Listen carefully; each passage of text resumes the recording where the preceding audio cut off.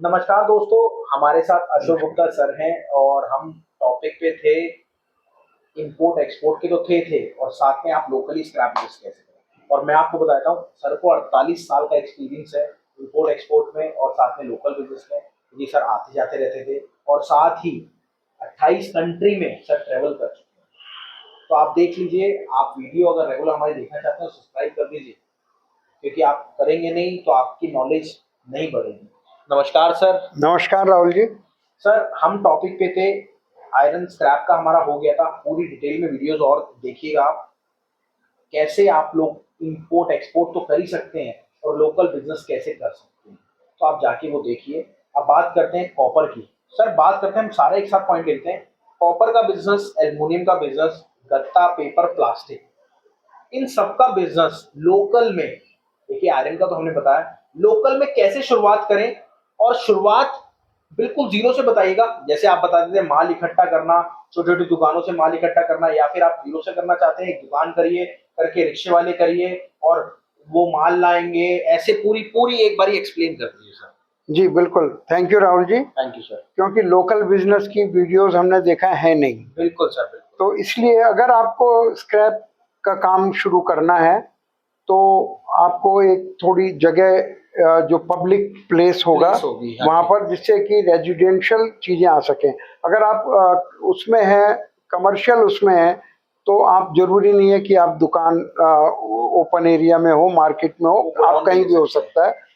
तो और आपके एजेंट्स या आपके रिप्रेजेंटेटिव उनमें जाएंगे फैक्ट्रीज में और वहाँ अपना रेट दे के माल खरीदेंगे। तो जैसे आपने बताया कि आयरन की इससे पहले आप पूछ चुके हैं सारी वैरायटी, तो इसी प्रकार से कॉपर और एल्युमिनियम, इन दोनों मेटल्स का भी बहुत ज़्यादा इंपोर्ट होता है बाहर से, और लोकल भी बहुत प्रोड्यूस होता है, क्योंकि ये एल्युमिनियम की बहुत ज़रूरत है। एल्युमिनियम जगह जगह, खिड़कियों में, पुर्जों में, हर जगह एल्युमिनियम लगता है, तो एल्युमिनियम भी बहुत निकलता है। सर एल्युमिनियम की मायापुरी बहुत तगड़ी मंडी है। हाँ बिल्कुल बिल्कुल। और साथ में कॉपर की अगर देखा जाए, मंडोली, दिल्ली में मंडोली है, वहाँ पे बहुत अच्छी मंडी है। बिल्कुल। तो ऐसे ही क्या हर जगह मंडी होती है? हर सिटी में मंडी होती है, और आपके एप्लीकेशन में उनके बारे में वहाँ का रेट आता ही है, जो जो मंडी होती है। तो एप्लीकेशन में जाकर लोग देख सकते हैं कि उनके घर के पास कौन सी मंडी है।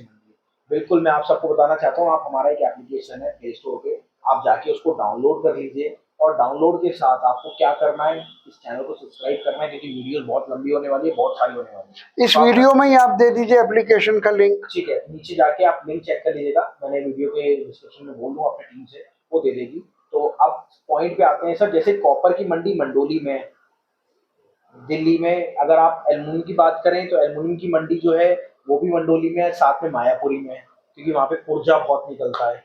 तो ऐसे ही सर, और साथ में ब्रास भी वहीं बिक जाता है। और गत्ता, पेपर, प्लास्टिक की कहाँ पे मंडी है? देखिए, इम्पोर्टेड जो पेपर है और प्लास्टिक है वो आता है अलीपुर, एक मंडी है। दिल्ली के बॉर्डर पर है, अलीपुर एक बहुत अच्छे बड़ा गांव है। और आपने तो सर काफी इंपोर्टर को वहाँ पे एक सेटल करा है, मैंने सुना है। और उसमें से एक मैं नाम नहीं लूंगा, खेड़ा गांव है, बहुत सारे। मैं आपको बताता हूँ, सर ने इतने कम से कम 100 इंपोर्टर को हेल्प करी है इंपोर्ट करने में, जो कि ऑलरेडी अब अलीपुर में है। अगर आप भी प्लास्टिक पेपर लेना चाहते हैं या फिर बेचना चाहते हैं, तो आप नीचे एप्लीकेशन को डाउनलोड कर लीजिए, क्योंकि आपका बेनिफिट होने वाला है। और अब बात करते हैं सर, इसमें प्रॉफिट का मार्जिन क्या है? कॉपर एल्युमिनियम में कितना मार्जिन है, गत्ता पेपर में कितना मार्जिन है, और प्लास्टिक में कितना मार्जिन है? प्लास्टिक में कैसे काम को करना होता है? देखिए, कोई भी स्क्रैप में आप अंदाजे से 2, 3, 4, 5, 10% तक का मार्जिन लेके चलते हैं, क्योंकि अगर छोटा कोई सप्लायर है जिसके पास थोड़ा है, तो वो केयर नहीं करता है कि क्या भाव है, उसे सामने का एक आदमी अगर ठीक नजर आता है तो वहाँ आप 10% भी प्रॉफिट ले सकते हैं। और अगर कोई बहुत बड़ी फैक्ट्री है जहाँ टनों माल निकलता है, तो आप 5% ले सकते हैं, 4% ले सकते हैं। तो प्रॉफिट बहुत अच्छा है स्क्रैप बिजनेस में। वो कोई भी स्क्रैप हो, पेपर, गत्ता, प्लास्टिक, कुछ भी हो या मेटल हो, तो प्रॉफिटेबिलिटी बहुत अच्छी है। इसीलिए हमने इतनी सारी वीडियोस में स्क्रैप को, जबकि ऐसा नहीं है कि हम केवल स्क्रैप जानते हैं। आप तो सर, मैंने आप देखा है, मैं ऑडियंस को फोटो भी डाल दूंगा।